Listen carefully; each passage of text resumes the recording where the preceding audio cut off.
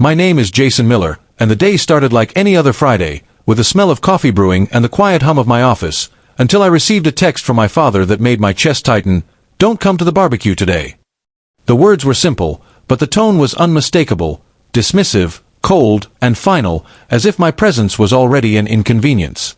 I paused, staring at the screen, trying to remember what I had done to deserve exclusion this time, because in our family, tension simmered beneath every smile, and I had learned over the years that minor disagreements often escalated into long-term grudges.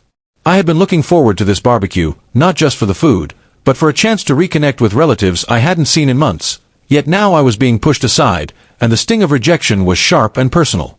Shoving the phone onto my desk, I tried to focus on work, convincing myself that skipping the event might be easier, less confrontational. But before I could settle into the illusion of peace, the door to my office swung open. In stepped my brother, Nathan, and his wife, Claire, smiling as though the message hadn't happened, their presence filling the small room with warmth, laughter, and an energy that immediately contrasted with my father's icy text. "Hey, Jason.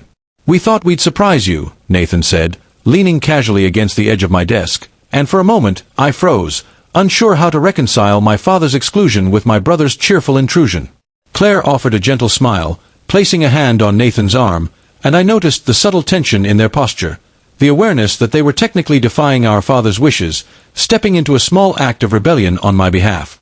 I motioned them to sit, and we began talking, quietly at first, about work, life, and the usual small updates, but gradually the conversation deepened as Nathan admitted that he and Claire had noticed how distant I'd been from the family lately, how my father's favoritism had always made things harder for me, and that they didn't want me feeling isolated, even if it meant bending the rules a little.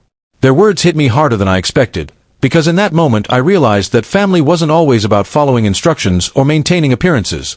Sometimes it was about connection, empathy, and choosing loyalty to each other over loyalty to someone who refused to see the whole truth. As the minutes passed, I began to relax, the anger and hurt I had felt earlier melting into gratitude, and I saw in their eyes the genuine care that had always existed, quietly, patiently, waiting for a moment like this to emerge. Nathan even joked about bringing in some burgers from the barbecue to my office, and Claire laughed, making the room feel lighter than it had in months, reminding me that family could choose to lift each other up, even when one member tried to push another down. Eventually, we sat together, shared sandwiches, laughed about old stories, and talked about plans for the upcoming holidays, and I realized that the exclusion text from my father, meant to isolate and punish me, had been rendered powerless by the presence of my brother and his wife, who had chosen kindness over conformity, loyalty over fear.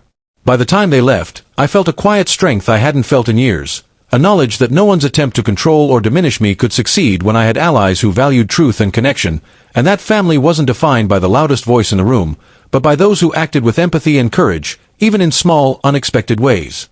Later, as I closed the door and returned to my work, I realized that the barbecue, the exclusion, and the tension no longer mattered. What mattered was the bond one had with Nathan and Claire, a reminder that sometimes the support you need comes in quiet moments, in offices instead of backyards, and that standing together, even against disapproval, can transform resentment into understanding, and isolation into belonging.